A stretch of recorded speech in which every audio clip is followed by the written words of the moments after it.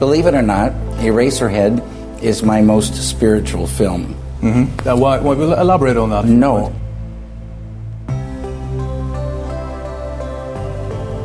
Hey, Matches. Hey, Shannon. Hey, I got a story for you. Have I got a story for you? Check this out. Okay. By the way, welcome to NOMS. Woo-woo! Yeah, welcome. Yeah, which is called Nerd Now with Matches and Shannon. Hold on, Shannon. I've got something for you. Oh, what have you got for me? Welcome to NOMS. Diane, I'll be right back with you. And what was that? Rock on. Are you cussing? What's going on? Am I listening to an Ozzy Osbourne record backwards? We'll see if that worked out in post. We are doing the David Lynch special today. Welcome to NOMS David Lynch special. Our very first special for a very special boy.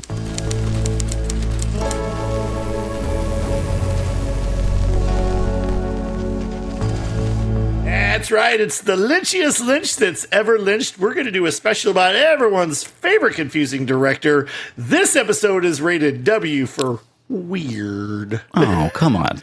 No. I don't mean that bad. Weird David was good. Lynch is Look at me. wonderful. Weird Look and at me. I wonderful. farm weird. We're talking about David Lynch, the late, great. That's right. The late, great David Lynch, who just passed away recently, right? That's true. Yeah. He was 78 years old. Yeah. My gosh. Yeah. Just a year younger than my dad. That's crazy. Oh, But wow. didn't look it much like my dad. Didn't look it in great shape. He didn't. He was old, but he was still around, we thought, for 20 more years. Yeah.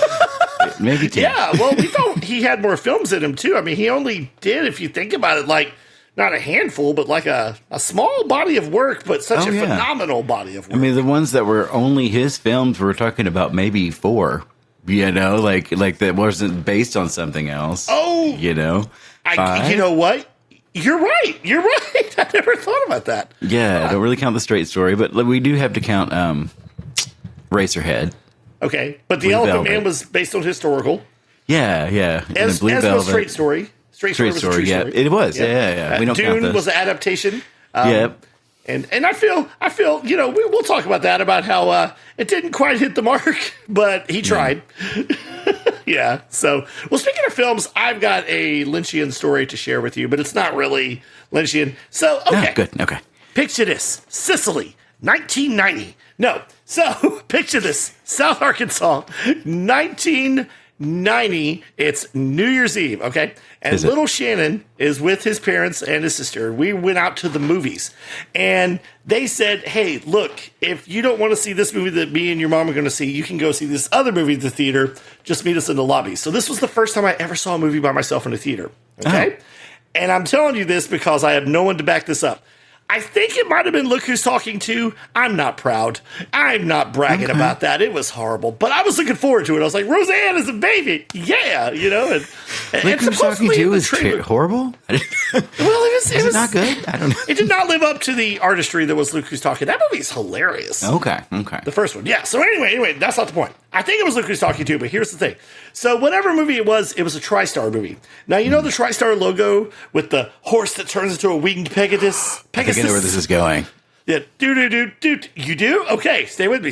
So, for the first time and the only time, I've never seen this happen before, but as I'm watching it, the horse is coming up, gets his wings, and all of a sudden, he starts talking like Mr. Ed. Yeah. He's going, hey, Wilbur, I can do it. Look at me, Wilbur, I'm flying, or something like that. And I'm like, no, he goes, what is it?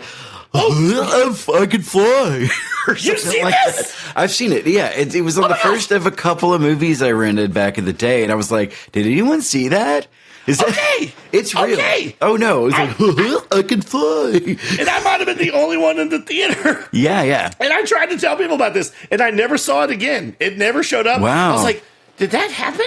Now I know it did. Yeah, it was in front of certain comedies. And I think one more serious movie probably accidentally got put on there. But I've seen it a couple of times, and I'm like, that is real. I know it is real.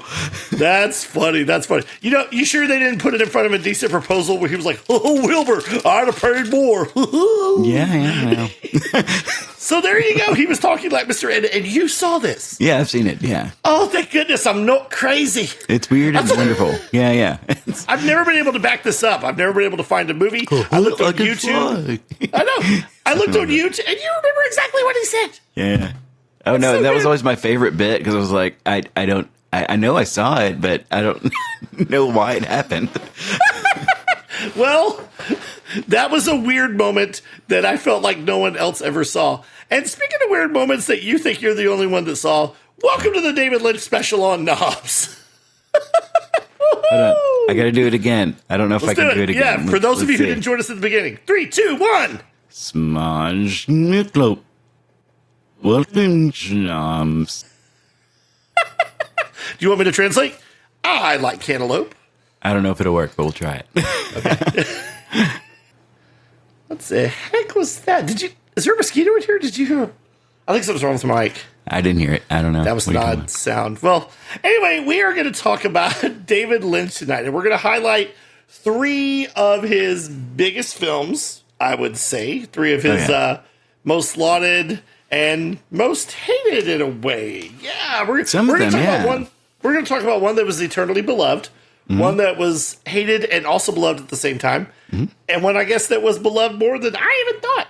Yeah, that's true. What are these 3 movies we're highlighting tonight? These 3 movies are Blue Velvet. Blue Velvet. That's right. Yep. And we've got Lost Highway from 1997 and Mulholland Drive from 2001. Watch out for old people. That's the message I got from that movie. Yep. Smiling old people are scary. Oh, wait. I heard it. Oh, no. Did you? Yeah. Oh, my It's gosh. the is that yaw what I think? sacks. Okay, we got to go into the reviews now. Okay, all right.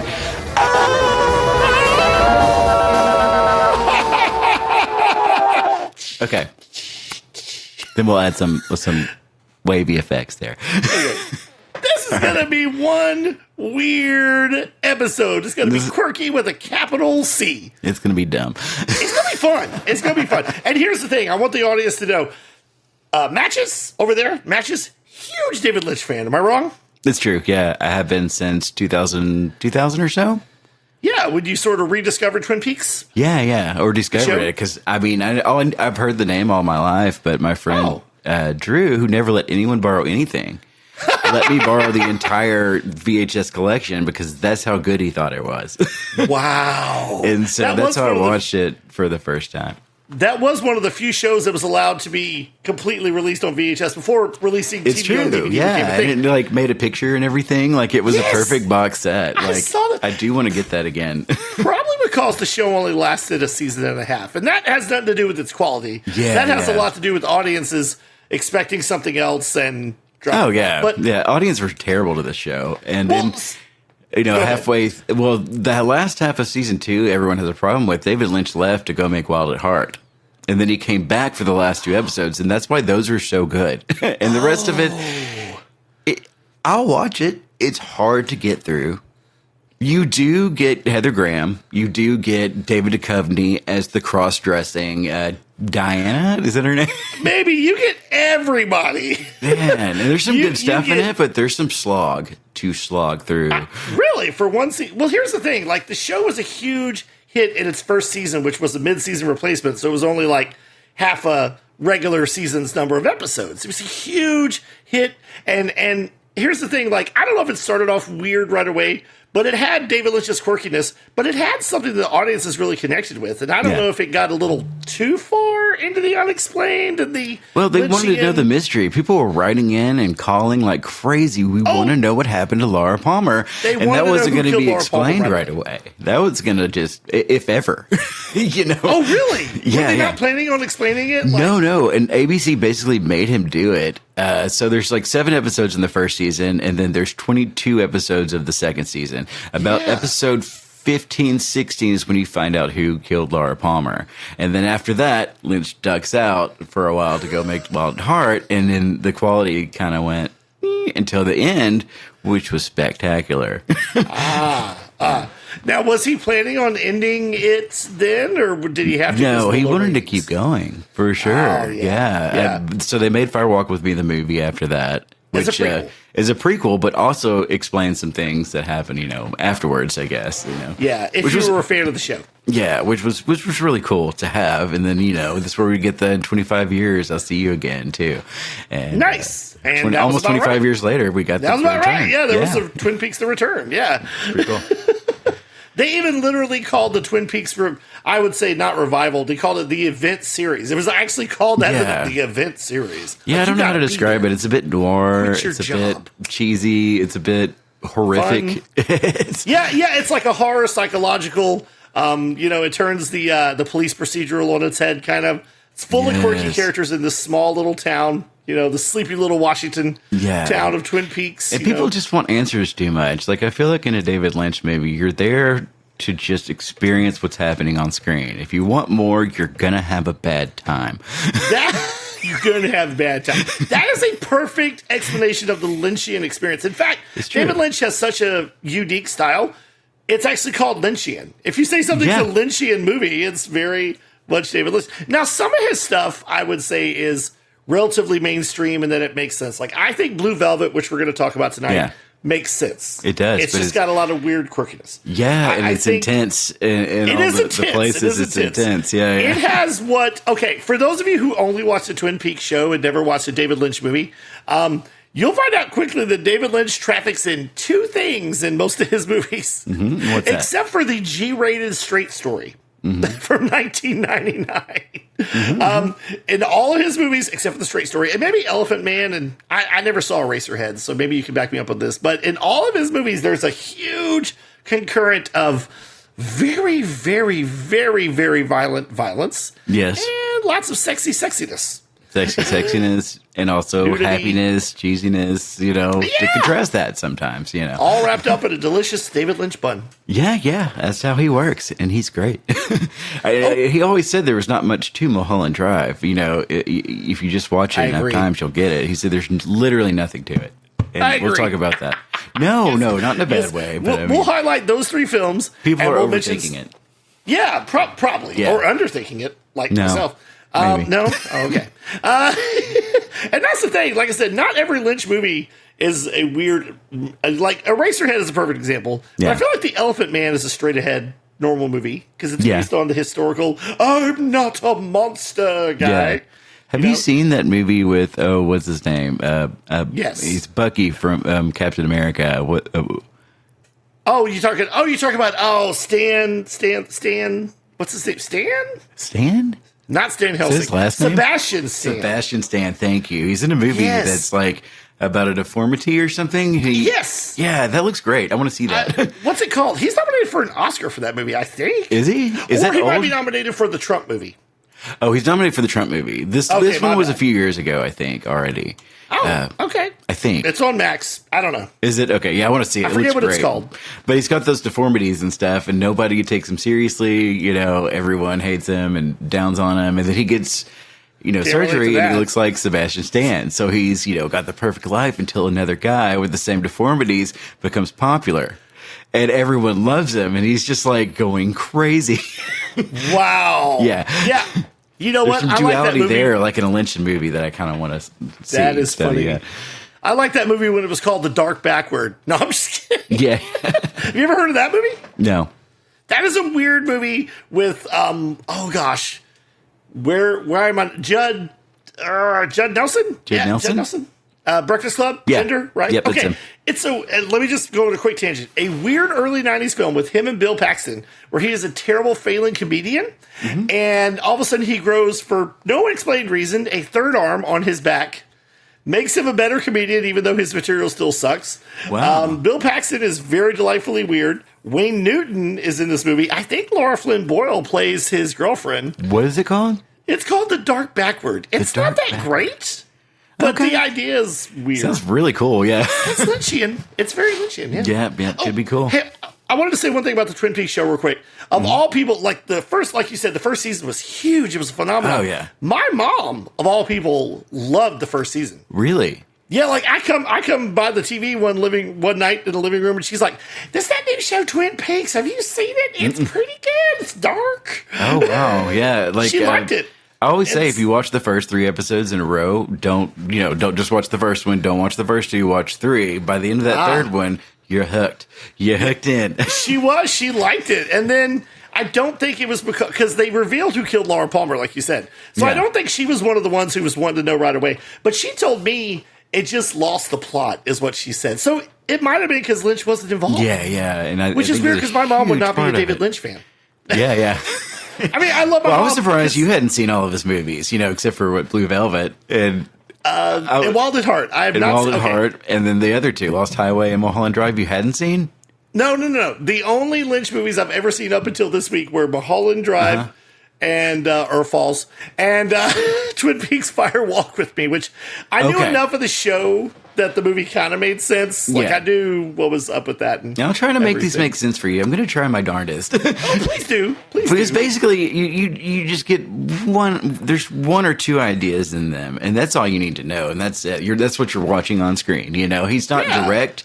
He's more symbolic. He's more abstract. He's more, But it's always, agreed. Just maybe 1 sentence or 2 will fill you in on everything you're watching. And if you need more, you need Jesus, I guess. I got him. Ladies and gentlemen, he's right. Oh, he's busy. Oh, dang. See you tomorrow, Jesus. Yeah, he's a nice guy. So, Jesus Jones.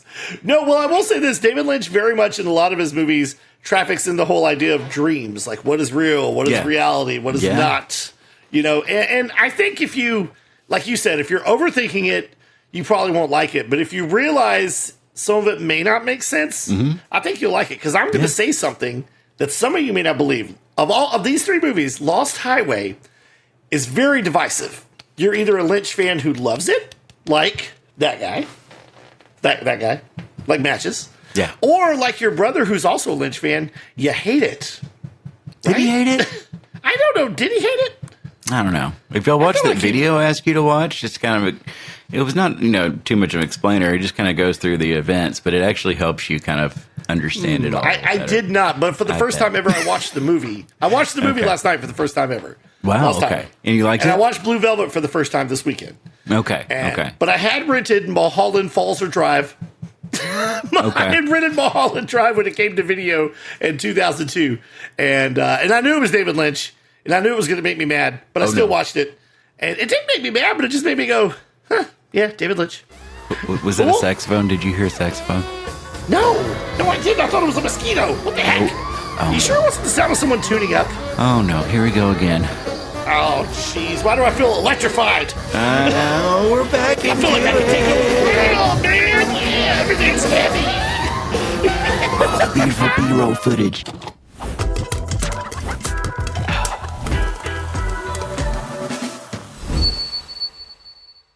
Much like a Lynch movie, I have no idea what to expect. Thank you, Mr. Saxophone Man, for that. It was sexy saxophone. It was I will say that. He's always good. Yeah. So I don't know which one we're doing first, but like I said, the 3 main movies we're talking about are, film again? Blue Velvet, Lost Highway, and Mulholland Drive. Woo. That's right. Hollywood, baby. Yeah, let's start with Blue Velvet because it's the first one in chronological order of his movies. Okay, so we're going to do Blue Velvet first. Great. Yeah, great. We're doing it right now. What are you talking about? Are we in Blue Velvet? We're in Blue Velvet. Why is that guy huffing gas mask over there? What the heck is happening? Yeah, we'll figure it out. Put your pants on. Oh, no, not again. Yes. And I will say this. Kyle MacLachlan did seem like one of David Lynch's muses for a while there. He started Blue Velvet. He had his muses for sure. Isabella Rossellini was one for sure. I think they dated. Did they date? I don't know if I made that up or not. But who, David Lynch? Did he date? And Isabella Rossellini? Was he dating Isabella Rossellini? I don't know. I can't remember. Anyway, I'm not going to say that out loud. Somebody dated someone. I don't know. Yeah. But this movie, Blue Velvet, stars Kyle MacLachlan. Like I said, David Lynch's muse. By the way, Kyle MacLachlan was so glad he cast him because Dune was a huge bomb, even though it's got its fans. And I think it's been reevaluated like a lot of movies. He attempted to make a big epic movie version of Frank Herbert's novels, and they've done that more successfully lately with Timothy Chalamet Ding Dong, haven't they? Yeah. Apparently he what was it? What did he do wrong? Well, there was a 10,000 year or so war, maybe more, in Dune, which he interpreted as just one dude riding on a sandworm for 30 seconds. It's just, I don't know. I got you. Well, because of Dune, Kyle MacLachlan was almost considered box office like poison. Really? And so he was really shocked that David Lynch called him up. He's like, hey, let's do another movie. Yeah, I mean, he plucked him out of obscurity to do that. Like Kyle MacLachlan said, and he's so grateful to him and all this stuff. And he's a great actor, and he's so loyal to Lynch. And then his characters and everything that he's done, like he'll lean into Twin Peaks jokes on the internet and so good with fans and loves this so much because it's good. It's something real and really good that's been put out there in the world. Oh, go ahead. It's just something real that's been put out in the world, I think. All of David Lynch's stuff is just like, it's great. Kyle MacLachlan is so likable and wonderful. Not even Showgirls could taint him. That's Almost. But it didn't.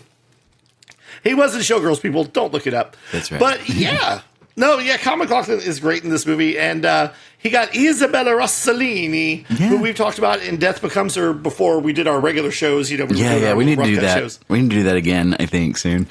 Awesome. Isabella Rossellini was a model, a very, very, famous model, and she dipped her toes in acting. I think this might have been like her fourth feature, but it was the first one she ever started and probably had the most dialogue in. Oh, wow. And I'll be honest, I think Isabella Rossellini, she's beautiful, she's great. It's her accent that it's not that I don't like her, I like her, but her accent just gets me every time because I'm like, what is she saying? Like, come here, I love you, no, stop it, oh no. Oh yeah, it's real thick, but it is I very like thick. it. I do, yeah. No, she's great. And she's great in this movie. And I'll tell you who else is great in this movie. And not just Jack Nance or Billy Dorff or Dorif. Brad Dorff, not Billy. That's his I can't remember what it's called, but I forgot he was that guy. Brad Dorff? Brad Dorff, the voice of Chucky, plays the henchman in this movie. Yep. Yeah. So does Dean Stockwell, who a lot of people may know from Quantum Leap as Al. Yeah. Yeah, Dean Stockwell did some great movies. Rest in peace. That's right. Tony the Tiger and Married to the Mob. Oh, yeah. Yeah, good times. Anyway, but I'll tell you who is great in this movie, who makes this whole movie. And this movie actually revitalized his career. Mr. Dennis Hopper. Oh, yeah. Yes. Yes. Yeah. I don't know what else to say. He's a bad man in this movie. He is a bad mother. He has kidnapped the husband and son of Isabella Rossellini, a lounge singer, and he's basically made her a sex slave. Like, he's a drug dealer and a pervert, and and he huffs from this gas that sort of gives him a split personality, kind of a little Bane, like, oh yes, it's kind of a Jekyll and Hyde kind of a thing. Yeah, it is. There. Yeah, but he's always kind of a Hyde. And so Kyle MacLachlan takes it upon himself to be an amateur sleuth, if you will, an amateur Sherlock, because he comes back to his hometown and he visits his dad who... Okay, I got to say something real quick. So this movie to me seems like a prequel or is related to the universe of Twin Peaks in a way, not just the quirky characters. Mm-hmm. They both have like a small town setting with the perfect little suburban visage. You know, I think both towns isn't lumber like part of Twin Peaks' economy? Yeah. I feel like they're a lumber town. There's lumber. It seems. Yeah. It's very Pacific Northwest, although this one is North Carolina in Blue Velvet. But it's actually called Lumberton, the city. Yeah, that's right. Yeah. And the beginning is great because you see like these wonderful images of like this, almost 50s like perfect, town. And all of a sudden his dad, who you're meeting for the first time, gets stung by a bee. Mm-hmm. Or hornet, and then they close up on these beetles, like the dirty underbelly, that you're about to see. Yeah. And so Kyle MacLachlan comes to visit his dad. As he's walking to his house, he makes a shortcut, and what does he find in a field, Matches? A severed human ear. Oh, yes. And not just any ear. No, I'm just kidding. He finds a severed... Do you know why David Lynch chose an ear? Because he was all out of feet. Yes! I don't know. It's because they wouldn't let him use noses. No, it's because he says, his actual quote was, I don't know why an ear. Maybe it's because one of the body parts that has a hole in it, so it's almost like a tunnel to the brain. So I wanted you to go inside that tunnel and take a trip. Mm-mm. He said something to that nature. Okay. Yes. Very Lynchian. Sounds right. Yeah. Then he disappeared in a puff of smoke, and all of a sudden you hear like a 50s tune. But this movie has many landmarks of Lynchian films. You've got the sex and the violence. Mm-hmm. You've got the weird, quirky characters. Mm-hmm. You've got, like you said, the happy, cheesy, but underneath there's a dark underbelly. Absolutely. I have a soft underbelly underneath. And then also, it's got use of like classic pop and rock songs from the 50s and 60s. Yeah. You know? In this case, the song is Blue Velvet. Oh, yeah. Yeah. Like so, we like get you the, said. what, crying in Spanish in Mulholland Drive. Yes. So beautiful, but yeah. Yeah, I think Lost Highway's got maybe an old song in there too, I'm sure. Yeah. Yeah, but yeah, so McLaughlin finds the ear, and it leads him to this mystery, like you said, of Isabella Rossellini being slaved by Dennis Hopper, who's got her husband and her son kidnapped, and the fun just starts. Oh, and also Laura Dern's in it. I love Laura Dern, man. Yeah, This was one of her first things, wasn't it? It was one of her early films. I feel like she was 18 in real life. Yeah, she was young. Yeah, she never looks young to me, but she was then. Yeah, she always looked 35 to 40 for me. How old is she now? 35 to 40? I don't know. Some people try to make the Jurassic Park thing like a controversial thing about her and Sam Neill being a couple in that movie, but honestly, they look perfect because she looks older. Yeah, what was she, 26 or 7 at the time? Well, if 1985 is, or 86 when Blue Velvet came out, so 85 or 86? She might have been 30? No, in 1993? Oh, 93. Okay. Yeah, that's when Jurassic Park came out. So she was probably just 26. Like you said, something like that. Yeah. Which is fine. Like I always thought she was 40 anyway. So it's not a big deal. It's not a big deal. But speaking of big deal, we have a big deal with us every week. And the big deal is two of the greatest critical movie film minds of all time. Who is that, Matches? That's Siskel and Ebert. Ah, can you dig it? I can dig it. Yeah. Okay, so we got a lot of stuff to cover. So we're going to hit the highlights of their review. This is Blue Velvet. Siskel and Ebert. Pabst Blue Ribbon. Oh, what? Pabst Blue Ribbon? Watch the movie, you'll understand. What is that? I'll hug anything that moves. That's the PG version of Blue Velvet. I'm going to hug you. I'm going to hug you. Thank you. Don't you open your hugging mouth. I love it. So anyway, I wrote down a transcript of this. So we're just going to hit the highlights because it's a long one. Okay. It was a lot of like sifting through long clips because this is one of their 80s reviews. So they weren't like about being, so they showed 40 minutes of the film. Pretty much. So I'm just going to hit some highlights. So Ebert starts out, our next movie is called Blue Velvet. And already this movie has caused a firestorm around the country, with some reviews calling it a masterpiece and others calling it sick and depraved, and still others calling it a sick, depraved masterpiece. Chuckles from Siskel. Let's see. Chuckles from Siskel. Going down here, we're going to say Blue Velvet is a movie that really challenges you to think about your reactions to it. And my reaction is, I think this movie is cruelly unfair to its actors. He asked Isabella Rossellini to be undressed and humiliated on screen, as few actresses have been certainly in non-porno roles. Let's see. Then he tries to take the edge off her shocking scenes by turning the whole thing into some kind of joke.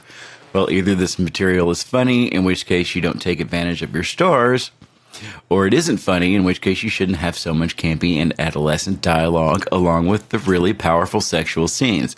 Sure, this movie is well made, but the more thought about it, the less I liked it. Wow. So what did you give it? Thumbs down. Oh, okay. Yeah. And I don't know what his online review was. Probably, 2 stars or something. I don't know. Yeah. Let's see. But then Siskel comes in. In 1985? Siskel comes in and he says, well, I liked it, and I thought about it a lot. And I think he might be on the wrong track in trying to feel sorry for Isabella Rossellini, because after all, she consented to do what she did on screen, number one. Number two, I'm sure she's walking around wherever she is, New York City or whatever, and survived the whole experience, just like Janet Leigh survived the shower scene in Psycho. So I don't think it's that pertinent. Let's see. That is hilarious. So did he like it? Yes, he really liked it. Oh, that would strike me as weird, because isn't Siskel the one who 9 times out of 10 doesn't like the graphic stuff? It's just gross. Yeah, but he loves this. He says, I think what's exciting about the film, and it is challenging, is that it starts out with flowers and sunlight, and it's a happy little town, and then we dig deeper and find out it's a nasty town, or at least a couple of people are nasty. Yeah. Not everybody. That's Dennis Hopper if you're nasty. It's true. And I sat there, and this did for me, and I use the Psycho example again. This did for me what Psycho did. Was a lot younger, which is eyes open, and oh my God, we're really getting in over our heads, and it's an experience, which is challenging, shocking, but mesmerizing, and I like to the picture.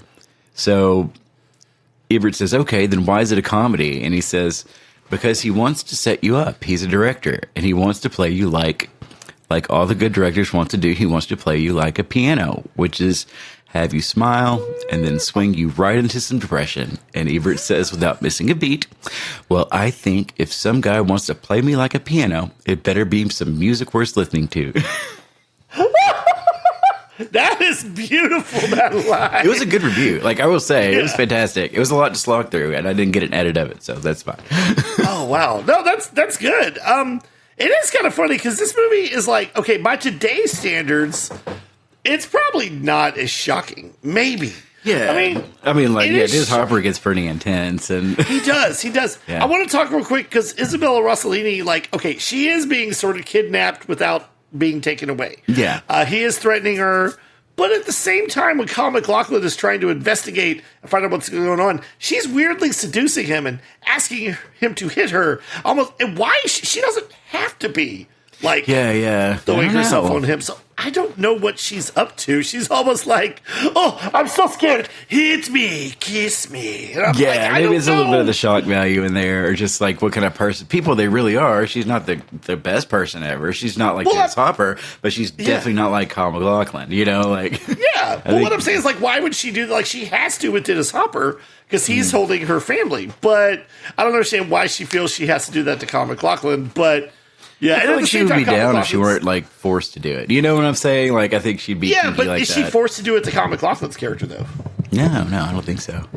It's almost like she's trying to do what she's learned from Dennis Hopper. Yeah. She's just kind of the middle on that. I think Dennis Hopper's way up here. She's in the middle. Kyle MacLachlan's down here, and I think that kind of passes on what she's learned from him and going down to him. Yeah, I think she likes is just youth and outlook, vitality, and thing. Yeah, I think she's attracted to that. She likes him for his MacLachlan style. That's true. Yeah, MacLachlan style. Yeah. Well, at the same time, he's got this cute little, like puppy love romance with Laura Dern, who actually they turn out to be in love. He's just doing this on the side with Isabella Rossellini. Yeah, it's weird. As he's trying to figure out how to save her family, and her. And I want to talk about Dennis Hopper real quick. I said earlier that this movie revitalized his career. David Lynch, gave him the opportunity of a lifetime. And we'll talk about who didn't get the part in a second. You have some great stories about that connected to one of our other movies. But so Dennis Hopper loved that he got the part. Let's see. I wrote down David Lynch actually considered Willem Dafoe. And Willem Dafoe said, there was a lot of actors that turned these roles down when they read the script because they were like, no, this is porn. Or this is a horror movie. And Willem Dafoe was like, I don't think I want to go that violent, which is funny because a few years later in Wild at Heart, he's playing a very violent character from what I hear. I mean, he must have seen Blue Velvet and be like, I want to do that. I missed out. Yeah. But Dennis Hopper was newly sober when he took this role. Was he? Yeah. Think about how many years Dennis Hopper was probably high and drunk all the time. But he gives this role everything. I couldn't imagine anyone but Dennis Hopper playing it. No, which reminds me, someone else tried out for this part and didn't get it. Who is that, Matches? Do we want to talk about it, or are we kind of scared he'll show up? No, we're going to talk about it because it will segue into the next movie if we ever get there. Can't sleep. Beretta will eat me. Can't sleep. Beretta will eat me. God, I blanked on his name. What is his name? Oh, Robert Blake. Robert Blake. Okay. So I would have said it, but I didn't want to spoil it for you. I couldn't remember his name. It went away. Yeah. Anyway, that person was Robert Blake. Oh, a.k.a. Beretta from the 70s? Yeah, something like that. I don't know, maybe. Yeah, but you said he was a Little Rascal. He was at the last season of The Little Rascals. He had probably the worst childhood you've ever heard of. Really? Tragic. Absolutely the worst. And apparently he grew up to be not so nice a guy. The worst. Yeah, the worst, kind of. And so he didn't get the part that Dennis Hopper got in Blue Velvet. And he became so angry that it scared David Lynch. He said he'd never seen anything like it in his life. And that's why he got the part of the Mystery Man in 1997's Lost Highway. Which we will talk about that when it's Lost Highway time for sure. Yeah. But I wanted to say real quick, Lynch had a frequent collaborator besides Kyle MacLachlan. In almost all his movies, he gave at least a small part to the one and only raging alcoholic Jack Nance, actor Jack Nance. Absolutely, yeah. If you don't know who he is, you've probably never seen a Lynch movie. He was he looks Eraserhead. like he would always, yes, he was Eraserhead. He starred in Eraserhead, and that was his big movie. And he would have gone on to do bigger things, and I don't mean this bad to insult him or anyone who's had this kind of problem. He was a terribly addicted alcoholic. Yeah, he was sick. And it ruined a lot of roles for him. And on the set of this movie, he plays one of Hopper's, hench peoples, along with Chucky and Al from Quantum Leap.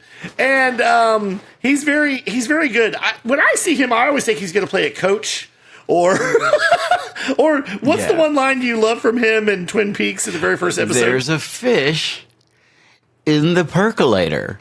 He just always looks like he's in another movie. I don't know what's going on. Yeah, that's all. He's so perfect for that. He's so funny. During the filming of this film, Dennis Hopper, like I said, was newly sober. Jack Nance begged him and talked to him. He's like, "Look, you got to help me get sober. If you don't, I'm going to die." So Dennis Hopper set him on the right track to get sober, and then he got married to a relative of Dick Van Dyke, and he was sober. Jerry Van Dyke. No. Yes, he married Jerry Van Dyke. This is true. No, he married. He married Tito Van Dyke. No one talks about him. So he got sober for many years, and then unfortunately she committed suicide, and he found out while he was filming Meatballs 4.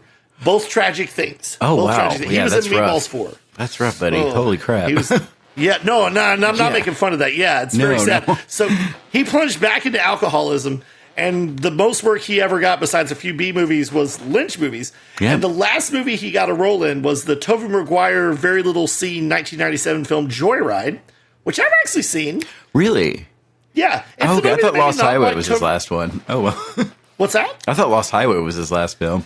No. It was. They were filming this movie called Joyride in 1997. Joyride, that's the bad one, right?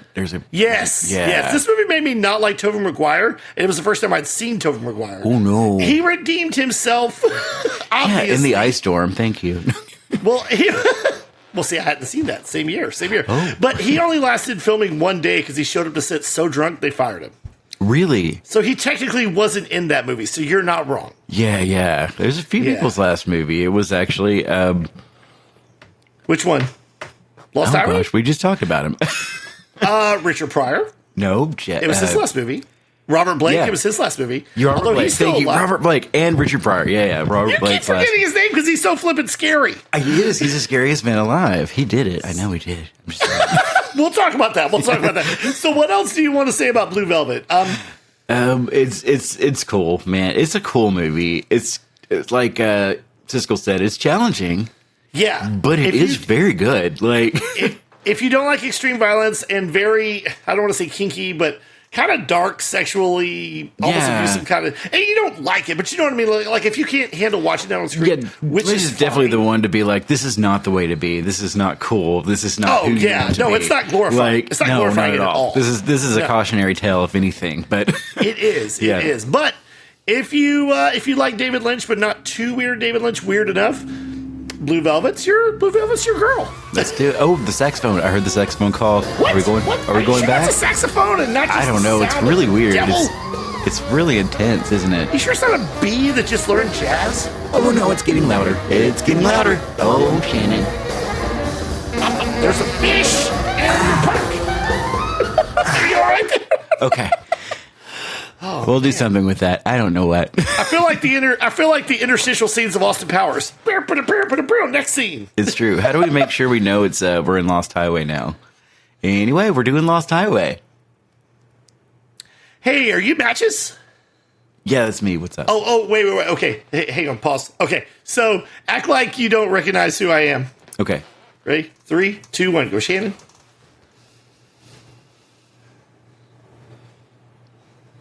Who are you?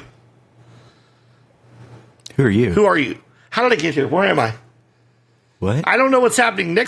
First thing I know, I'm doing Lord of the Flies. I'm on the scene of Young Guns 2, and next thing I know, I'm here. What is happening? What? Who are you? Balthazar Getty, obviously. America's sweetheart, Balthazar Getty. Just kidding, it's Shannon. I think it's now, Balthazar. For those of you who don't get Balthazar? that, but is it Balthazar? I thought it was Balthazar. How do you pronounce it? Balthazar Getty. Balthazar. Well, you know what? I've never actually heard it pronounced, so he's been Balthazar forever. Okay. Well, you know what? Balthazar is like always been a word for something. Balthazar. Yeah. It sounds like a boss in a video game. Yeah. And now you face. You don't hear that name anymore at all. But back then, like I was all about some Balthazar Getty. Nice. And the reason I did that is because our next movie is David Lynch's 1997 very polarizing film, Lost Highway. I love Lost Highway. I do. Lost Highway. This is good. I had a really good time watching this because I hadn't seen it since 1997 in the theater. Oh, you saw it in the theater? Yeah, I saw it on, reel to reel, Okay. See, I remember because I had taken some time off from college, and so I had more time to read Entertainment Weekly and watch more trailers and stuff. And I heard about this movie, and I know the critics either like completely hated it, and then some were like, you just don't get it. And audiences were the same way. Like, some Lynch fans hated it. Yeah. And some Lynch fans loved it. Yeah, I mean, it really is weird, but I mean, like, I don't think David Lynch is weird for weird's sake. I think some people think that, like, oh, he just makes it up as he goes along. He doesn't even know what's going to happen. And it's like, you mean like a story writer? Like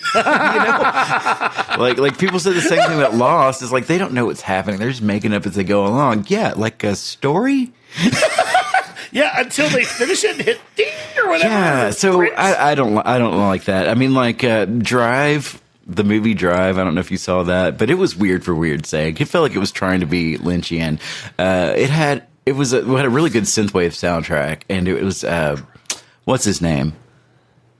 Oh, that's not the one. That's not the one with Guy Torry and the girl from Family Matters and Snoop Dogg, right? No, that's Ride. No, we're talking about Drive from like 2011-ish, I guess. Is Ryan Gosling in it? No? Ryan Gosling, that's it. Yeah, Ryan Gosling?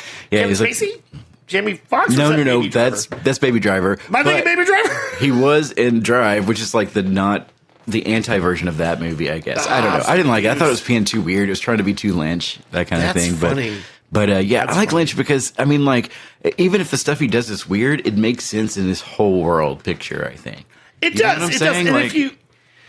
Well, especially in Lost Highway and Mulholland Drive, if you take into account that it's like a dream and it's not always going to make sense. Because you know how, like, you have a dream, especially a nightmare that's really intense, and it feels so real to you and so scary. And then you try to describe it, and you're like, dude, I had the worst nightmare last night, okay? I was swimming in the crystal champagne jello mold, and there you were, but it wasn't your face. You were like, I don't know, you were Robert Blake.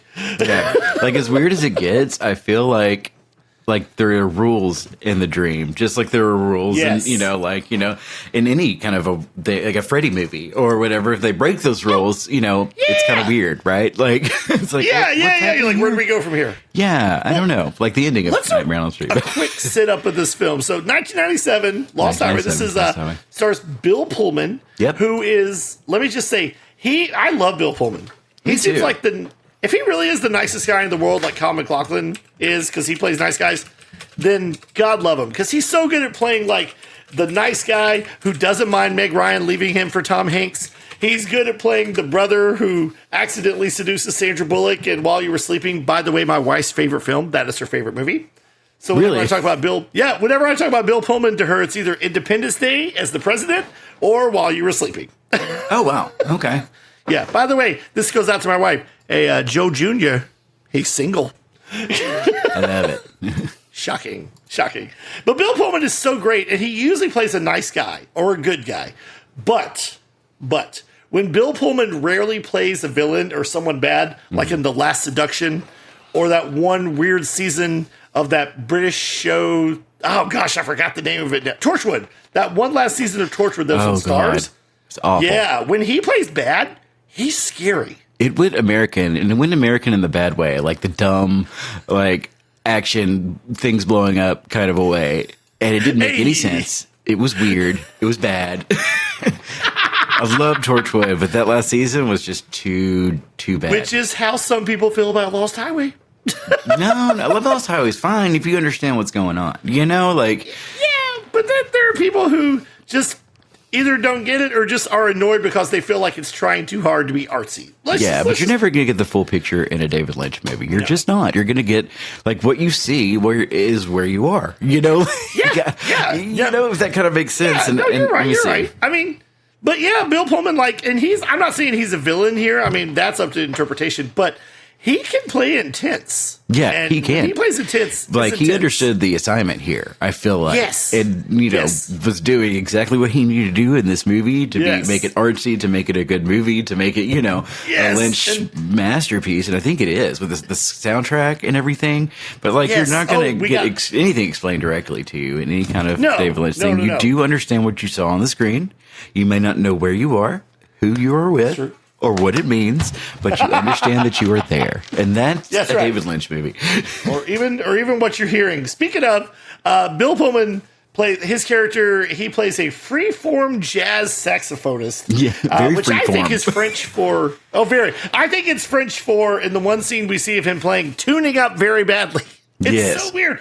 I will say this. I will say what didn't help in that scene where he's playing his little saxophone is the weird strobe lights that look like the kind of lights they used to play at Hot Wheels Skating Center in El Dorado, Arkansas, where I used to go as a kid. Every time they played Thriller, they'd have the strobe lights. That just goes to David Lynch's use of just the basic, most practical effects you can. He'll be flashing a light in the background or turning on the lights on and off while, like, a smoke machine comes through it. And that's going to represent the scariest shit you've ever seen because you don't know what's going on. I think he's very good at that, using just slight camera effects and audio effects. And the look at this movie, it always feels like it's lit, like, not completely. Like, there's lighting, and then there's, like, maybe that's on purpose, like, there's some darkness in the undercurrent. Yeah, like, it just kind of fades off into a dream in places, I think, and... Yeah. So he plays the saxophonist who's married to Patricia Arquette with the black wig. Yeah. And all of a sudden, they start getting these videotapes of someone videotaping their house and videotaping them asleep in their house. Yes, and it's very weird. And then they go to a party that is held by this weird guy who looks like the kind of guy that you would never, ever let be alone with someone you love. Yeah. He's got a pencil-thin mustache. Oh, yeah. I don't know the actor's name, but he looked like he got surgery to not look like Mac the Knight from the old McDonald's commercials. You remember that? And he's also kind of like, I guess, like what 25 years ago's definition of a SoundCloud rapper might be, like an Ali G or I don't know. Okay. I will say at first I thought it was French Stewart, but then I knew it wasn't because I didn't see him in the credits. Yeah, and apparently one of his friends is Giovanni Ribisi, and I didn't even recognize him. So let's talk about the cast real quick without spoiling too much. This cast is insane, much like the soundtrack and much like the plot. You've got Bill Pullman, Patricia Arquette, Balthazar Getty. Okay, you've got Richard Pryor in one of his very last film roles. His very last role, I think, is what they said. Yeah, no, it was because Mad Dog Time was before that. But he's actually he's more able in this movie, even though he's on a scooter because he has to because this is when the multiple sclerosis was really kicking in, and you can tell he's slurring his words, but he's still very good in his quick 5-minute part. Yeah. You've got Gary Busey as Balthazar Getty's dad. Yep, that's true. A toned down Busey, hey, I'm concerned for your son. Who was the mom? I recognized her, but I didn't recognize her name at all. Okay, and then you had Natasha Gregson Wagner in there as well. Natasha Gregson Wagner, daughter of Robert Wagner and Natalie Wood. Yep, that's true. That's right. Yeah, that's another case. And I don't want to. That's another case. Yeah, you know what? I really don't want to think that because I loved Heart to Heart growing up. I watched that with my mom. Oh, really? Yeah, and the episode where Robert Wagner hosts Saturday Night Live was one of my favorites as a kid. Yeah, it was one of the first ones I watched. I've studied that case and I've listened to podcasts on the case. There's no way he didn't do it, but there's no way Christopher Walken was involved. I just want to say that. See, and that's the thing. Like Walken seems innocent. Like I was just having a drink. Yeah. Well, Wagner invited him there to confront him about sleeping with his wife, but they had such bad chemistry on set that the director, whatever movie they were doing, was like, we need to do something about that. They're awful together. They're obviously not together. Sorry, we're getting off on a tangent. That's a great case if you want to study it. Well, speaking of people that may or may not have killed their wives, coming up at this party is the aforementioned. You like that segue? Yeah, that was good. Synergy. Robert Blake. Let's talk about Robert Blake and his character. You go. All right. Well, he's a very pale, very bald Uncle No Fester eyebrows? type character. He is a Uncle Fester type. He is. You kind of see his face on Patricia Arquette whenever he wakes up earlier, and it's like just on there. He's got a wig like, hey. It might as well be taped and like sideways, but like it's cool. Like it's just a camera effect. Nothing. Do you think fancy. that scene was supposed to happen, or did Robert Blake just sneak in and get a wig and be like, I'm going to do this? Yeah, definitely not. But it's definitely a bad camera effect that I thought was really cool. But yeah. But let's see. That's Robert Blake. He comes in as what most people feel is the devil in this movie. And I'll tell you what clued me into that line when he said, okay, he tells him, I'm in your house right now, which is where the weirdness really starts. He goes, I'm in your house right now. He's like, how are you in my house? He goes, well, you invited me in. Yeah, and he calls his house. And doesn't he answer the phone? Robert Blake answers the phone. Well, he's standing right in front of him. Yeah. And he says, give the phone back to me. Yeah. Or something like that. All right, so wrapping and that's it up. when Pullman's like, this is some weirdness. Oh, go ahead. I'm just gonna say. Let's see what else happens. So Jack Nance is also in the movie. Henry Rollins plays the security guard. Just want to say that Henry Rollins. Yeah, he plays security guard Henry in the Yes, credits. he does. Yes, he does. Lots of recognizable people in this movie. Real quick before we get into the gist of everything, one of my favorite people in this movie, the legendary actor Robert Loggia. Robert Loggia. Yeah. Whose every word from him was a growl. Do you remember him? Like, yeah, is he Eddie in this? He is Mr. Eddie. Yeah. A.k.a. Dick Laurent.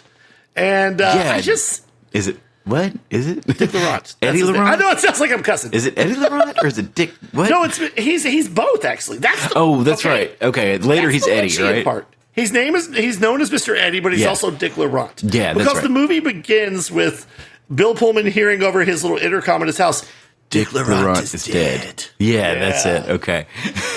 Yeah, and they kind of became the same person toward the end or something, I think. Well, that's important that we said that part. But I got to tell you that my favorite scene with Robert Loggia, like I said, every word he said was a growl. You know, he was great. He was great. He was great at playing villains. Yeah. He was also good at playing just normal guys. Yeah. He played a coach in Necessary Roughness, that football movie. Yeah.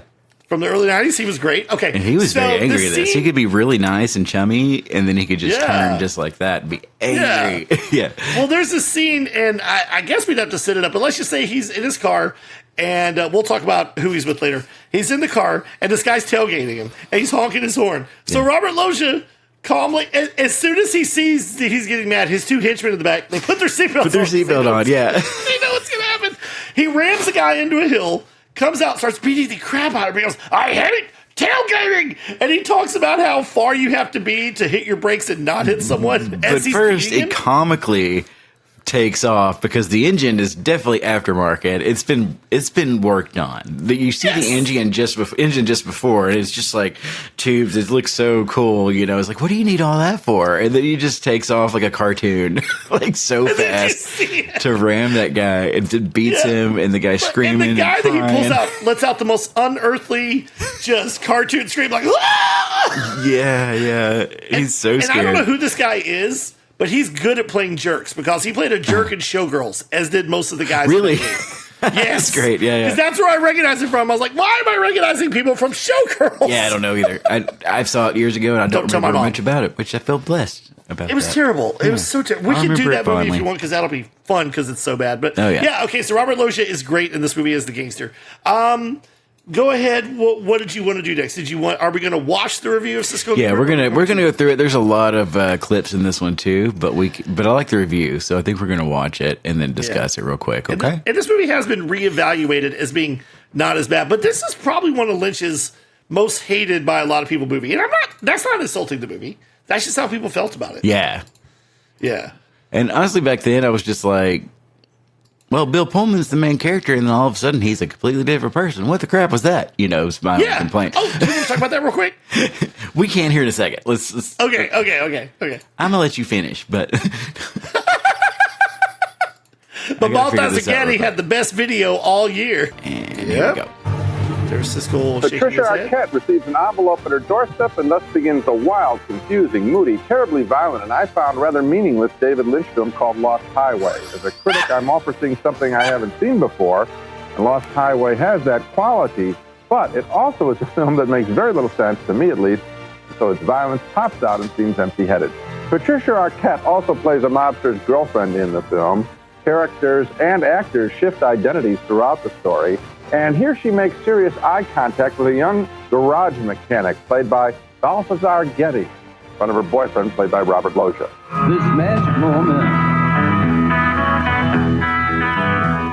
so different and so new, just like any other.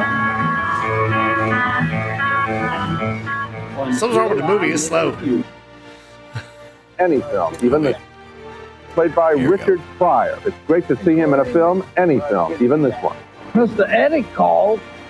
Can I call him and tell him to come in? Yes, call him, tell him I'm back, and, The other key characters in the story are a devilish mystery man played by Robert Blake and a jazz musician played by Bill Pullman.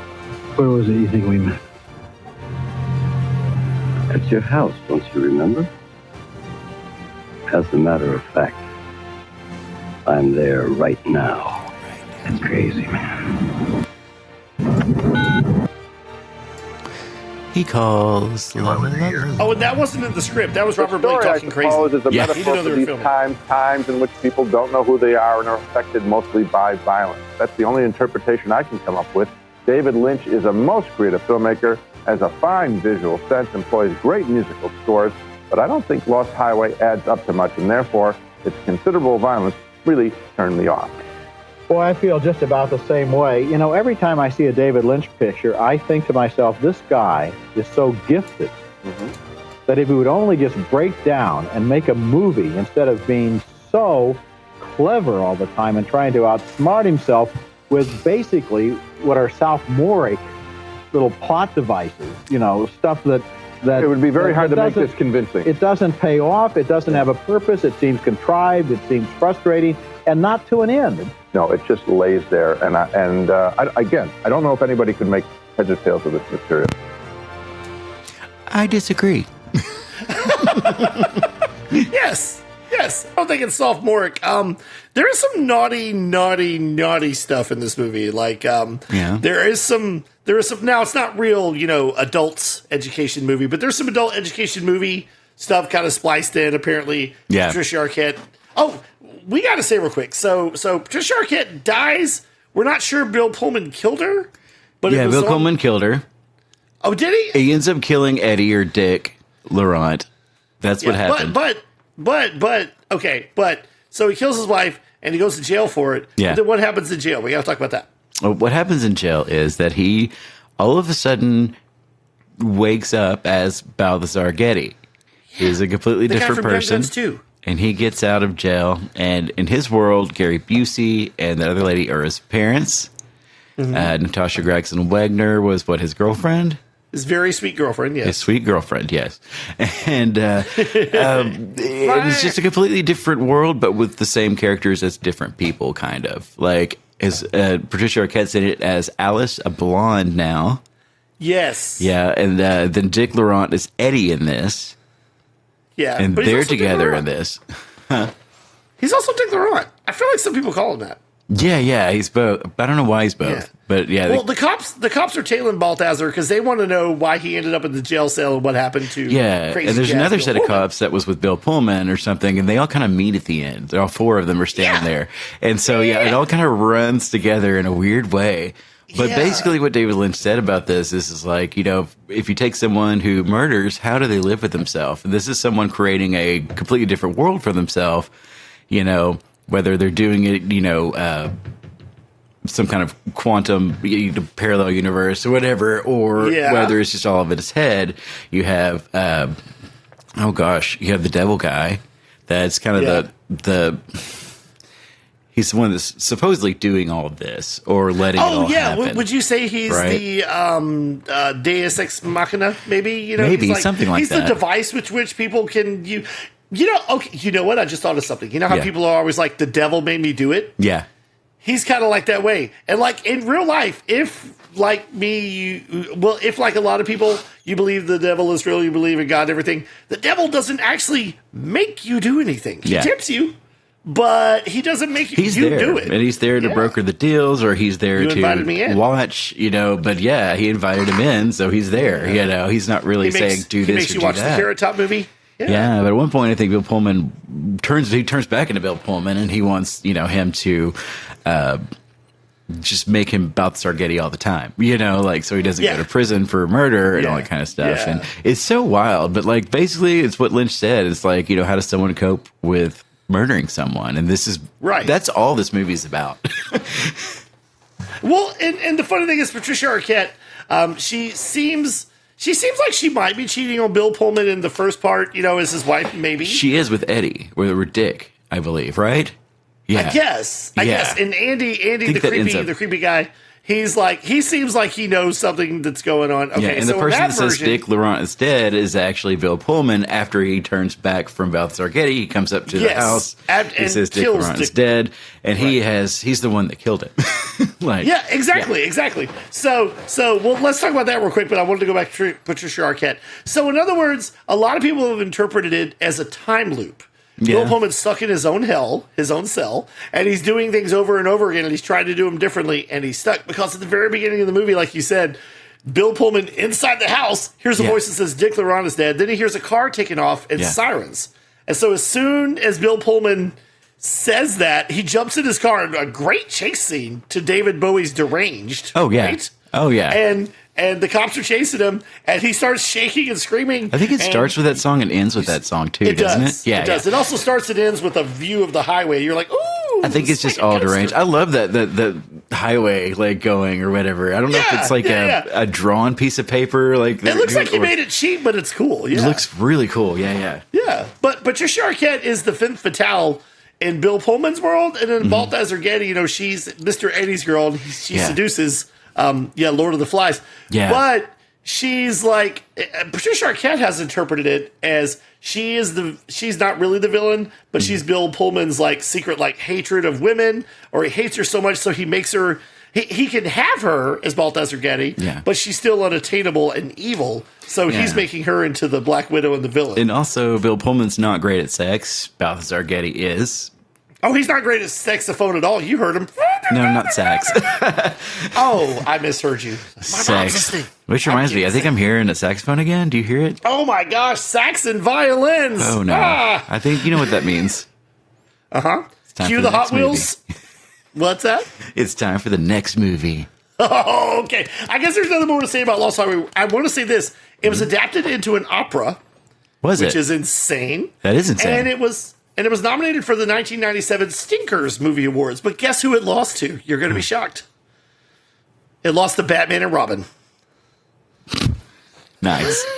Dude, it wasn't a stinker. I'm just going to say, watching it now and knowing that little bit of information really helped. And I had fun with it. And, if you're maybe in an altered state of mind, it might even be a better time. I don't know. That's true. A lot of, just scenes that were with the same people and different people that were the same, the same shots, the same angles, the same coming up onto the film. And it seemed to make sense to me at the time. Like, oh, that makes sense. Okay. And then I forgot.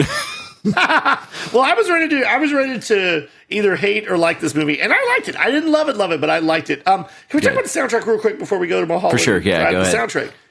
Have we talked about it yet? Trent Reznor produced the soundtrack. Yeah, he did. Angelo Badalamenti did the music as he usually does. 1 second, my dog's growling. I'm going to let him out real quick. Oh, okay, that's funny. My kids are growling too. I'll be right back. Yeah, we're talking about the soundtrack though. So yeah, we had Angelo Badalamenti. You said we had Trent Reznor doing the soundtrack. He, of course, is the one that put Rammstein on this, and they blew up from there. And then, of course, they were on some other stuff too a little later and blew up more and more and more. But I think we have him to thank for that. Of course, he was friends with Marilyn Manson at the time. Who was very huge. They blew up. Yeah, or whatever. Yeah. Smashing Pumpkins were already big. They put them on the soundtrack. I didn't realize that's where the song "I" was from, which I had heard on the greatest hits. I was like, "What is this from?" I never heard this song. Okay, yeah. It was a good. I love the soundtrack. It was good. It's crazy. Yeah, it gave Trent Reznor lots of stuff to do in between the albums because, like, the Downward Spiral was huge. That was like his biggest album ever, and he takes so long in between albums. So we got this soundtrack. That's true. Yeah. Was the Fragile after that? Right. Yes. In 1999. Wow. He takes a long time. It's a long time. Yeah. Him and Tool every 5 or 6, 7 years. You know. There you go. Sometimes 10. Yeah. So there you go. That's Lost Highway. That's it. Oh, I love Trent Reznor's work on the Twin Peaks Return soundtrack too. Yeah. Oh, there was a different song almost every week. I think at the little bar they had there. So they had quite a few different people coming in to do a little Twin Peaks song at the end of every episode. Awesome. I think he won an Oscar for scoring Soul, the Disney Pixar movie. That's right. Yeah. He's surprising. Yeah. I love his scores. I mean, that Reznor. What is it? The Facebook movie? What was it? The Social Network. Yeah, he did that one, and the songs are a jam. I love those songs. Nice. Well, speaking of Hollywood and speaking of movie and speaking of shattered dreams, our next movie is Mulholland Falls or Dreams or Drive. Yeah. Mulholland Gets Busy. Mulholland Drive. Now, this is one that surprised me. Is always someone's favorite David Lynch movie. I don't know. Yeah, and I get it. I do. There's more going on here. You know, even the weird stuff looks better than it did in the old stuff. I guess like he's using, better cameras and better lighting and. Let's set up this movie first. So much like Twin Peaks, this was meant to be a TV pilot. Yeah, he did it as a TV pilot. Did not get picked up by ABC, but some people also speculate that he could have been just getting money to do what he wanted to do, and then turning it into the full movie from there. But I mean, because it'd be a wild movie, right? Well, I mean, I can see it being a series because it looks okay. Each network, to me, the shows from each network has a distinctive look, and it had a very ABC look to it. Yeah, like you swear, like after one scene happened, you'd hear the do do do do. Yeah, but not like a saxophone or anything. But so it was an ABC pilot, and then he added, the R-rated Lynch stuff and a more tight ending. It had the pilot had an open ending. Oh, yeah. Okay. Yeah. Well, talk about this movie, Matches, because you really love it. I've seen it one time on home video in 2002. Okay. And I don't even know if I have an opinion on it. I don't hate it, but I don't love it. Well, I've seen it quite a few times, and I had it on in the background here, I'll just say. But for the most of it, I get it. It's just like Lost Highway. There's a couple of different things you need to get in this, and then just enjoy the movie. What we're doing here is basically the same thing as Lost Highway, but we get, like, the Hollywood woman perspective, I guess, of it. Yeah. And we also had some... he's really pointing out... how Hollywood takes in people and spits them out? Yes, exactly. That's exactly what I'm saying. Yeah, Hollywood takes in people, spits them out. This is before the Weinstein thing. This is before Me Too. But he was directly pointing that out here, like in a way in which he wasn't like liable or anything like that. Right. Yeah, for sure. Yeah, but that's really cool. I think of this movie. It was just way ahead of its time in that way. A lot of people appreciate that. It's also about guilt and shame of doing something wrong here. What is her name? I always forget her name. Naomi Watts. Naomi Watts. Thank you. Or Laura Herring. Yeah. This movie introduced, I think, Laura Herring to the world, who I don't think is... I don't know what else she's done besides The Punisher, but she's done a lot of things. No, yeah. She's great, though. I like her. I can't get their names straight.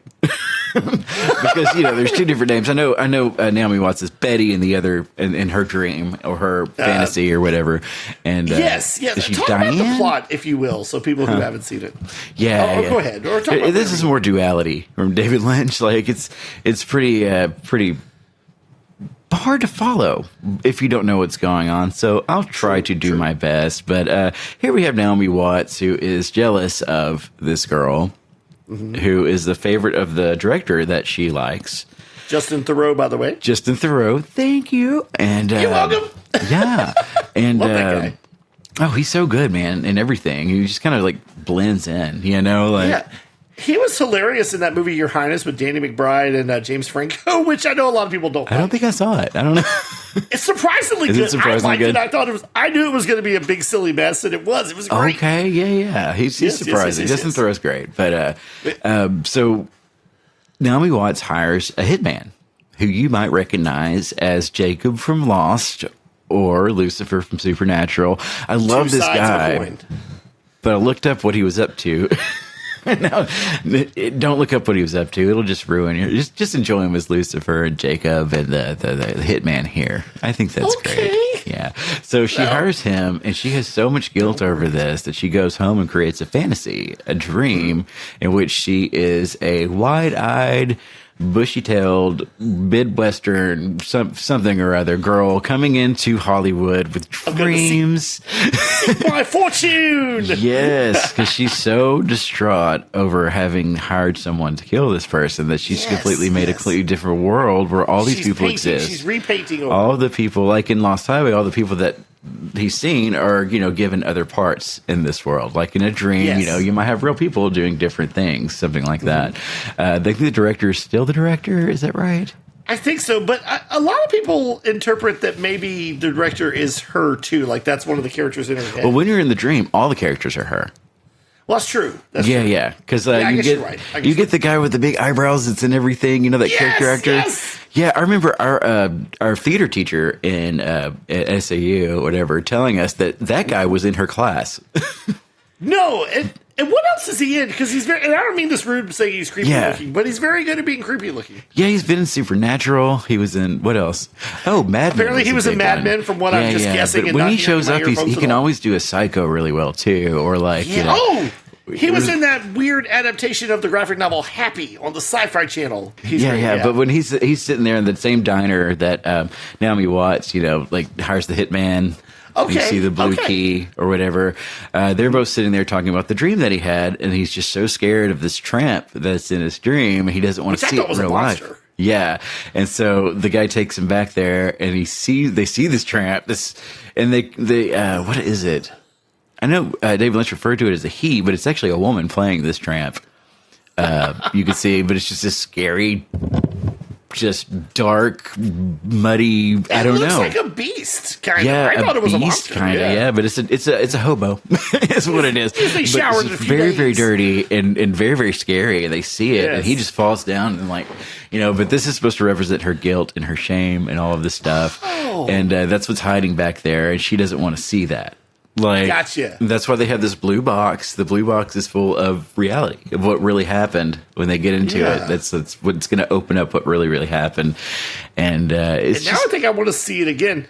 That video you suggested on YouTube, totally explained everything and pieced it together. Did you watch it? And I did. Yes. And I will say that Wikipedia, surprisingly of all places, has a detailed of each character, like what they're doing, what they represent. I was shocked. I was like, where to go, Wikipedia? I think it's great. It's better than what you see on the surface. That's for sure. Because everything means something, Yeah.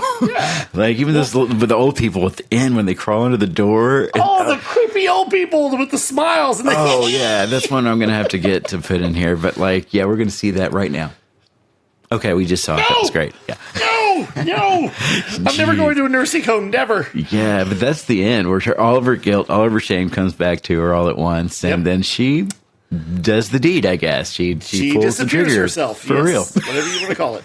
Yep. That was all she wrote on Naomi Watts, who I think is a fantastic actress. She did really good in this. And she spoke about David Lynch when he died, saying that he really encouraged her and made her think she could do this and be a good actress and all that stuff. And she was also in Twin Peaks: The Return and did very well too. So that was one of his muses for a while, I think. Do you think if the show had gotten picked up, it would have? Because like you said, it's introducing characters like it's a show, not like it's a movie. So do you think it would have eventually gotten there, or would have been completely different? I feel like Lynch was kind of forced to be more creative, and I don't mean that as a diss. Because these themes are pretty heavy for a series, I think. Well, Twin Peaks was pretty heavy as a series. Yeah, but it wasn't as Well, yeah, maybe that's what he did for the movie. He just compacted this for the movie, I guess. And 2.5 Men was very heavy. I mean, he was only half a man.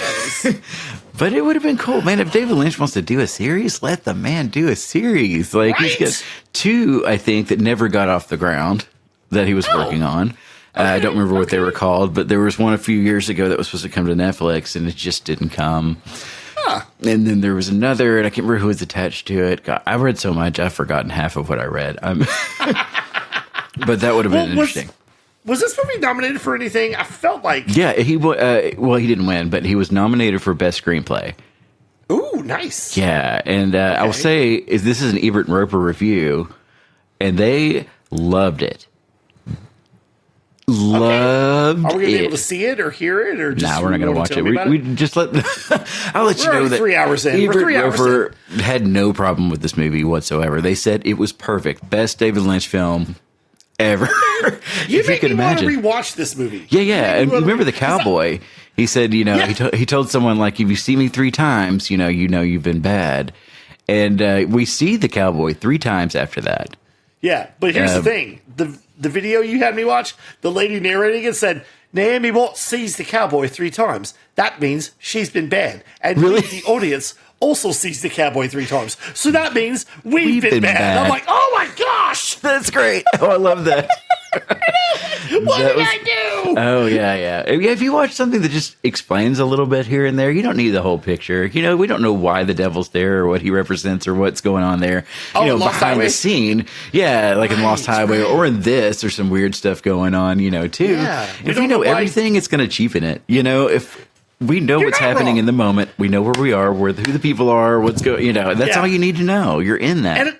And it's also okay if you don't dig David Lynch. Like, he's one of those people his movies frustrate me, and also I kind of want to watch it. It's kind of like every season of American Horror Story. I keep thinking it's going to be a good season. No, and American Horror Story is bad. bad. It just bad from beginning to end. But I mean, it starts out exciting, and then all of a sudden it just falls completely flat. But it's not as genius as David Lynch ever. Ever. And I still want to watch every season. And I go, why am I doing this? I know what's going to happen. Yeah, Coven was still my favorite season, and then the one where they followed it up wasn't great, but it had Coven in it, so I was happy.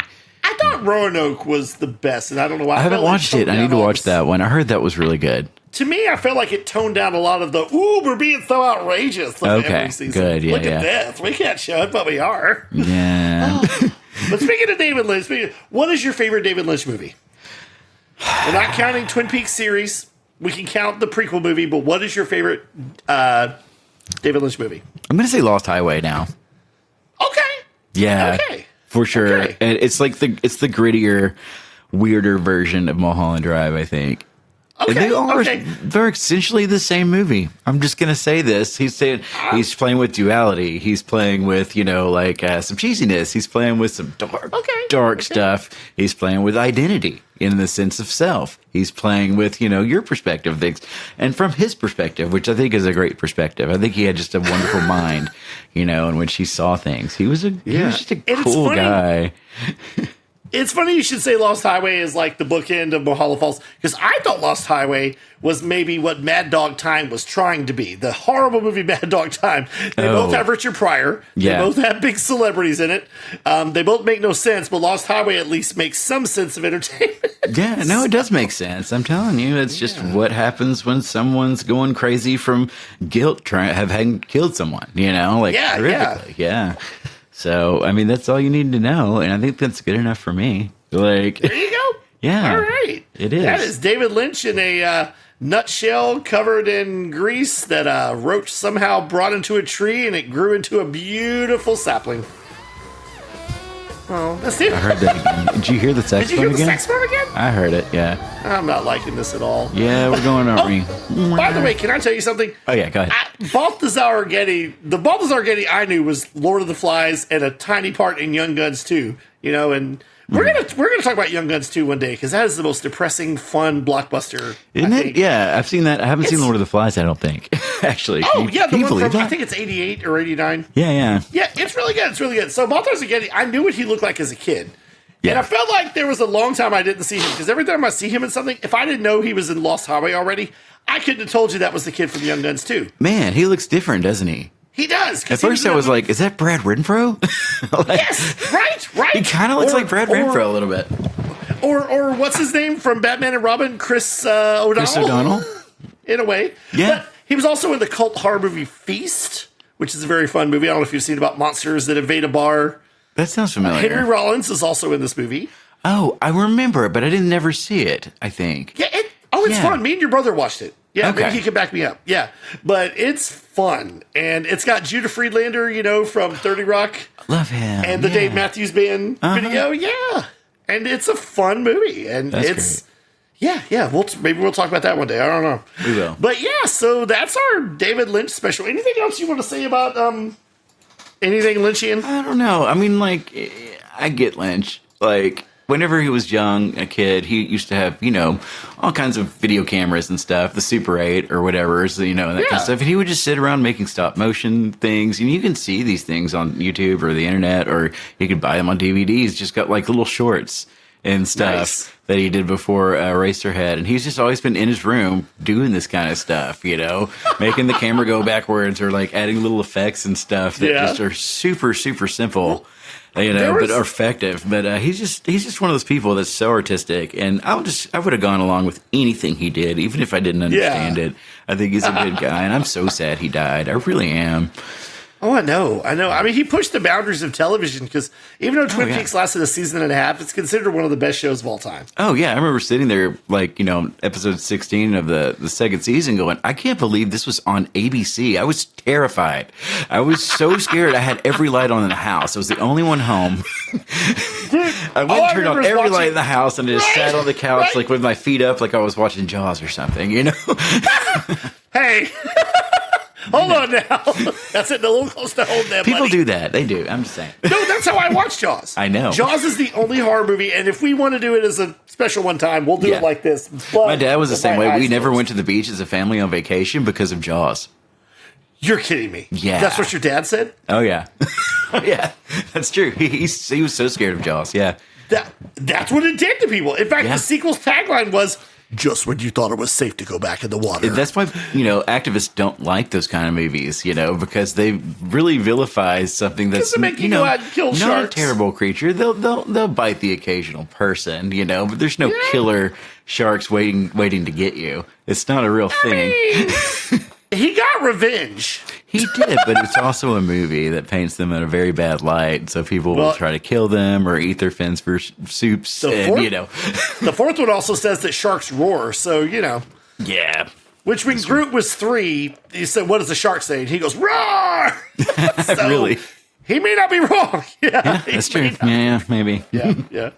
Well, that was the David Lynch thing. And by the way, this whole thing has been sponsored. We have a sponsor for this episode. Do we? Oh, what's our sponsor? Yes, we do. We are sponsored by the Vacation Getaway, the destination you didn't know you wanted to go to and you may not be able to leave. We are sponsored by the Black Lodge. Do you want your vacation to be unpredictable, maybe a little weird and supernatural, and have lots of great jazz music? Come on down to the Black Lodge in Twin Peaks, Washington. That's right, the Black Lodge is the place you want to go when you want to just get away and never come back. You'll enjoy cherry pie, some crazy killer with long hair. That's right, a dwarf who talks backwards, a giant, a tree, an arm, I don't know. Black Lodge. Come visit today and stay forever. I'm there right now. What? How's Annie? How's Annie?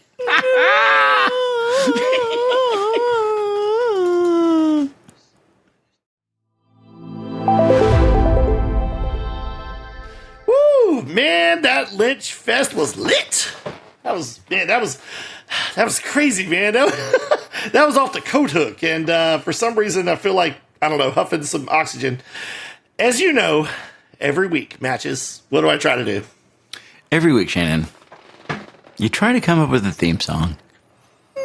Tries on yeah, but it's a David Lynch special, so I hope you got something good for us. I don't know. I'm just saying, it's a special episode. Lynchian. I've got something a little Lynchian. Do you? All right. Yeah. And I think you're going to like it, and you may not like it, and who knows? This is going to be literally off the cuff, and I'm just going to make it up as I go along, much like Lynch. Just kidding. You mean like a story? Like or a song? Or a song? Already? That is true if you think about it. You're really making up as you go along, but you're writing it down. Yeah. Yeah. I will tell you, though, I have come up with the greatest parody songs and jokes before I'm about to go to sleep or when I'm working, but I don't write it down, and it's lost in the ether. Oh, yeah. That's so true. I just want to let you guys know I have so much genius in me you'll never hear. I believe it. Yeah. You ready? Sure. Go ahead. Dick Clark is dead. Hey. Why?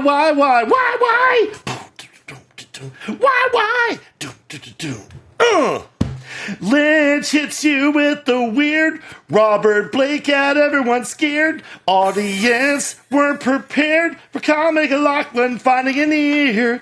Agent Cooper loves cherry pie. Bill Pullman was another guy. Naomi Watts says Skank's gotta die. And we see a lot of rears. I don't know what's up with the cowboy guy. When Dennis Hopper huffs gas, I say why? It makes little sense, but still great. Just don't let Robert Loggia see you tailgate. You may hate it, but Lynch makes you say why? It's gonna be me. Terrific, Justin. That was just terrific. Oh, thank you. Yes, I'm the poor man's Justin Timberlake. That's right. I liked it. It was Well, good. Yeah. What'd you think? I mean, I thought of that on my own with the melody and everything. Yeah, it was wonderful. Wonderful addition to the David Lynch special, and it's going to stay there. Why, thank you. I stole it from O-Town. So, man, thanks. Oh, the best, yeah. Only the best. Only the best for us. Girl. Oh, girl. Oh, hi there. 1 second, matches. I've got to make a recording to my contact, Diane. Okay. Diane, here I am at NOMS. It's a nice, normal place on the outside. A slice of Americana, if you will. A delicious part of everyday breakfast. After these messages, we'll be right back. But what lies underneath? What is happening? Some dark underbelly. Something that just makes me want to dance. Matches. Oh. Dance with me. Dance with me. Okay. Yeah. My success. Bless. Peace. Moms. Oh gods. Lord. Yeah. Mistakes. I don't. Was that a skadop at the end, I heard?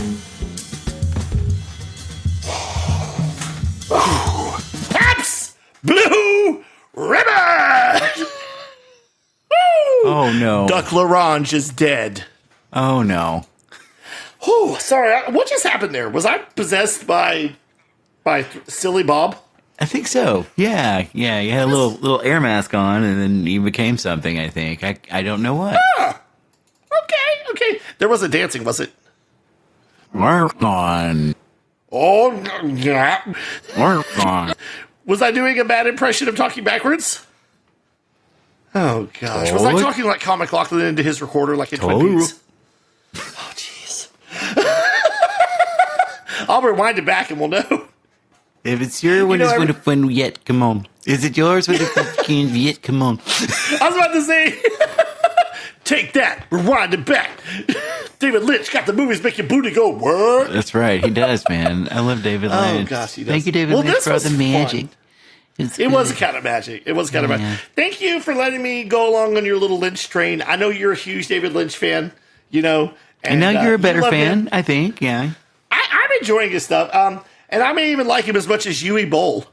Ew. Now, for those of you who don't know who that is, I would categorize him as one of the worst directors of all time. Yeah, he's low IQ. Yeah. David Lynch is high IQ. Gosh. Like, you know what? That's a good, that's like a bookend. Yeah. But no.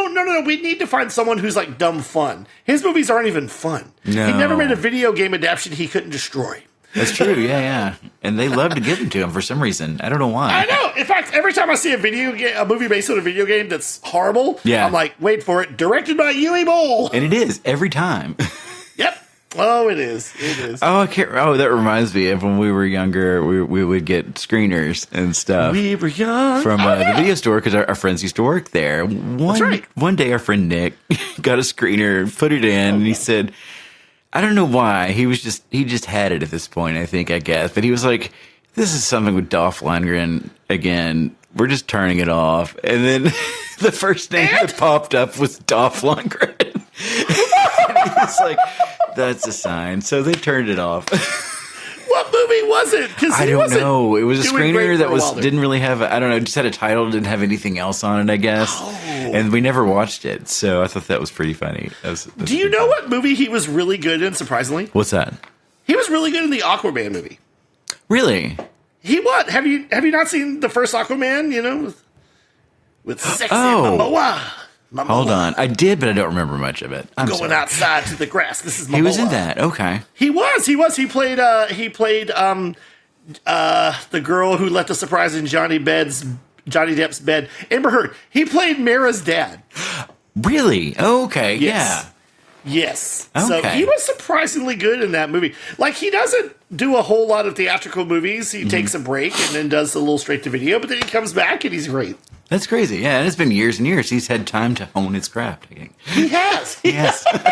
He has. He was on a really funny special that the Lonely Island guys made that Andy Samberg did. It was a 45-minute mockumentary on HBO about the Tour de France. Oh, really? About bicycling, about how intense it is. And apparently John Cena's playing the younger version of him, who is denying the rumors that he dopes, but it's John Cena. He's a bicyclist, like- a cyclist, I guess. Yeah. Right. And then Dolph Lundgren, he's talking, he's like, everyone wants to tell me that I'm a cheetah. I'm not cheetah. Now, some of the drugs I took, they were part from a cheetah. They were from a cheetah's pheromones, but I'm not cheetah. That's great. It's good. I can't remember what it's called, but it's funny. Tour de Pharmacy, I think. Tour de Pharmacy. Yeah. Yeah. Well, if anyone wants to know about this rambling fun train that we have called NOMS, Nerding Out with Matches and Shannon, how can they contact this man with no name? No. Well, Shannon, they can contact us at nomspodcast@gmail.com. We'd love to hear from you if you're watching us. Also, you can comment in the comments section below, whether you're on YouTube, Spotify, or Apple Podcasts. Please follow, leave a rating, or like, and subscribe wherever you are. And that was the man from another podcast. Real quick before we go, you're a fan of Psych, right? Of course. The show Psych. Okay, I'm a Sean. fan of delicious flavor, yeah. Sean, that's right. Tell me you saw the episode named Dual Spires. Dual Spires. Is that like Twin Peaks? It took me 25 minutes in this episode to realize they were doing an homage to Twin Peaks. I remember, but I don't remember much about it. But I remember they did that. Yeah. Yes, because Sherilyn Fenn was in it. Yeah. Ray Wise was in it. Oh, wow. Because I don't know if Ray Wise was already on Psych sometimes, but he was playing. Yeah, they were all playing different characters, but they went to this tiny town where there was like a murder going on. It was called Dual Spires, and it took me like 20 minutes to realize they were spoofing Twin Peaks. This is a spoof. Nice. Yes. That's cool. And I want to say Bobby from the original show was in it, or Twin Peaks whoever inspired held like a lot. It inspired the X-Files. It inspired Gravity Falls. It inspired Alan Wake. The Family video Guy. game series. Yeah. Yep. Alan Wake, really? A lot. Yeah. That's half Alan Wake, half Stephen King writer stuff, I guess, like horror. I think it inspired the new Reba McEntire sitcom Happy's Place. Am Probably, I wrong? yeah. I am wrong. Well, awesome. It inspired David a Lynch lot, is awesome. Next week, I don't know what we got planned, but it's going to be fun. Oh, yeah. Whatever it is, it's going to be a blast. It's going to be a lot more Yes, fun it than is. editing this podcast this week. Our producer has his work. And Cut we out. get to sleep in. Yay. We have given you a gift, producer. Now produce. You know what? It's going to be 5 minutes. David Lynch, great. Dual Spires. Dude, for 3 movies, we did pretty well. We still kept it about okay. an hour and a half, Oh, shoot. We got an hour and a half to fill. Anyone in the audience got anything they want to say? This isn't 3 Anything? hours. We don't have an audience. Oh, no. I knew it. It's just our good buddies. Well, hey, if you are listening, we super appreciate it. Tell a friend and tell a phone and get us on the wire, baby. That's right. Until then, we'll be enjoying a darn good cup of coffee, the best cherry pie. We'll be watching out for lounge singers who look a little too friendly. If you find a severed part in any field, just let us know. And oh, by the way, I meant to tell you, I found this in my yard. Oh, you found a hand. Yeah, I sure did. It's a baby I don't know what's hand. happening with that, Is but, a baby hand? No, I think it belongs to the dwarf from Twin Peaks. Oh. Little person? We saying dwarf? I don't know. Oh, I don't know. I don't want to be rude. I'm not trying to be insensitive. I don't know. I'm trying to figure out what we say. I actually don't know. But I think it belongs to him because it's a keychain that's got his name on it. Oh, okay. I'm okay. kidding. No. His name is on it. Property of Killer Bob. Well, you know, the arm is something the armless man from Twin Peaks was looking for. So, you know, there's a lot of body parts. You got it. You got it. Lynch beer. Yeah, there is. Well, thanks, guys, for bearing with us on David Lynch. If you're a huge fan of David Lynch, this was for you. If you hate David Lynch, this was also for you. If you have no idea what you just listened to for an hour and a half, yeah, this is for you. That's for me. Thanks, guys. Well, I guess we're out of here to the tune of a saxophone. Here we go. We love you. Don't tailgate. Can you make noise? Keep making noise. Make some crying noise, some sad, loud crying noises. Don't be happy. Don't be happy. Roll around and be upset. Roll around and be upset. There you go. That's beautiful. Roll back the other way. Roll back the other way. Roll back the other way. Same thing. One of the recurrent images in your films is of electricity arcing, is of light bulbs crackling on, and you have a recurrent motif of like 2 points and something arcing between them. And it seems to me that this somehow relates to what you think about the synaptic arcs in our brain. When you talk about TM, when you talk about these things, you talk about making connections.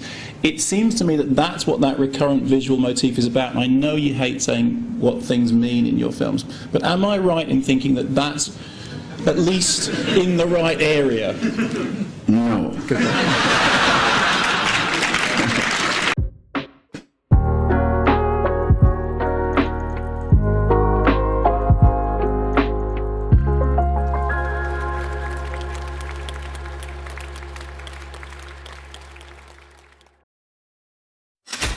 Nom nom nom. Nom nom nom.